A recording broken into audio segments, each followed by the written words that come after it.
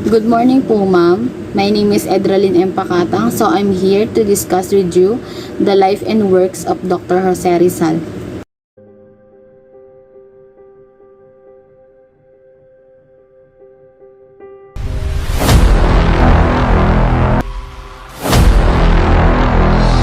National hero of the Philippines and the first Asian nationalist, an open-minded, intelligent, and hardworking man.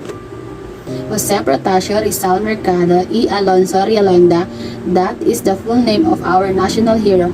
Very long name, isn't it? But you have also wondered and become curious what in his name? Let's take a look at each meaning of his name. The name Jose was chosen by his mother, who was a devotee of the Christian Saint San Jose. The Protasio was a name from Gervasio P, which came from a Christian calendar.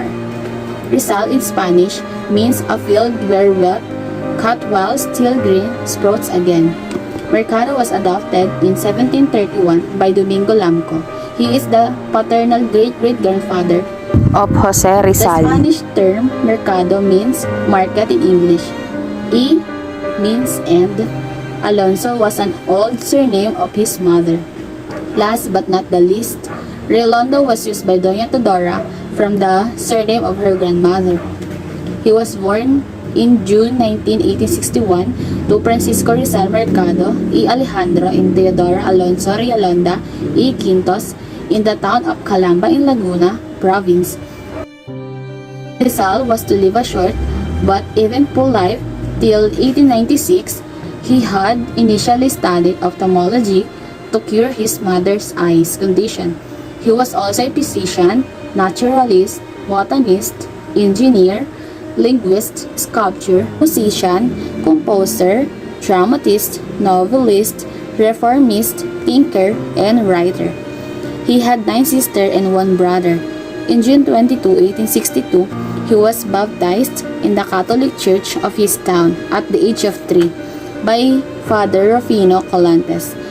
The first memory of Rizal in his infancy was his happy days in the family garden when he was 3 years old. He was given the tenderest care by his parents. Young Rizal, in religious boy, he grew up a good Catholic. At the age of 3, he began to take part in the family prayer. His mother taught him the Catholic prayers. When he was 5 years old, he was able to read the Spanish Family Bible.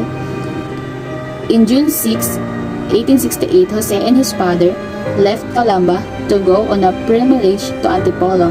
This was his first trip across Laguna de Bay and his first pilgrimage to Antipolo. At the age of 8, Rizal wrote his first poem in the native language entitled Sa Aking Mga Kabata. He wrote in it an appeal to our people to love our national language. Have you heard about the story of the moth? The story of the moth and the flame was told to Rizal by his mother on a night when her mother was teaching him how to read a book entitled The Children's Friend. His mother grew impatient of his poor reading and lack of focus and always straining his eyes on the flame of the lamp and the cheerful moths surrounding it. Jose Rizal's first teacher was his mother. When he was 11 years old, Rizal entered the Ateneo Municipal de Manila. He earned excellence marks in subjects like philosophy, physics, chemistry, and natural history. At this school, he read novels, wrote prize-winning poetry, and practiced drawing, painting, and clay modeling, all of which remain lifelong interest of him. Rizal eventually earned a land surveyor's assessor's degree from the Ateneo Municipal while taking up philosophy and letters at the University of Santo Tomas. Upon learning that his mother was going blind, Rizal opted to study ophthalmology at the UST Faculty of Medicine and Surgery.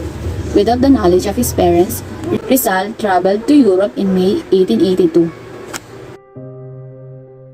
Rizal earned his licentiate in medicine at the Universidad Central de Madrid, where he also took courses in philosophy and literature. It was in Madrid that he conceived of writing Noli Me Tangere, that also affected the University of Paris.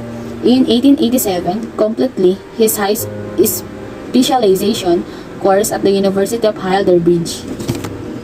It was also in the year that Rizal's first novel was published in Berlin. In January 20, 1872, 200 Filipinos employed at the Cavite Arsenal staged a revolt against the Spanish government's voiding of their exemption from the payment of tributes. The Cavite mutiny leads to the persecution of prominent Filipinos. Secular priest Mariano Gomez, Jose Burgos, and Jacinto Zamora, who would then be collectively named Gomburza, were tagged as the mastermind of the uprising. In August 1892, Rizal was detained abroad, a ship of traveling back to Spain. Rizal was charged with treason, sedition, and the formation of illegal societies. He was sent to an island and held. He taught for years while being held. He met a girl named Josephine Bracken who he wanted to marry, but the church refused to give him a license to marry. In 1896, his request to go to the Cuba was approved. On the way to Cuba, he was arrested and charged with conspiracy and In sedition. December 30, he was condemned to death in a Spanish court. No self-respecting town in the country is without a statue of the man, or does not have a major street named after him.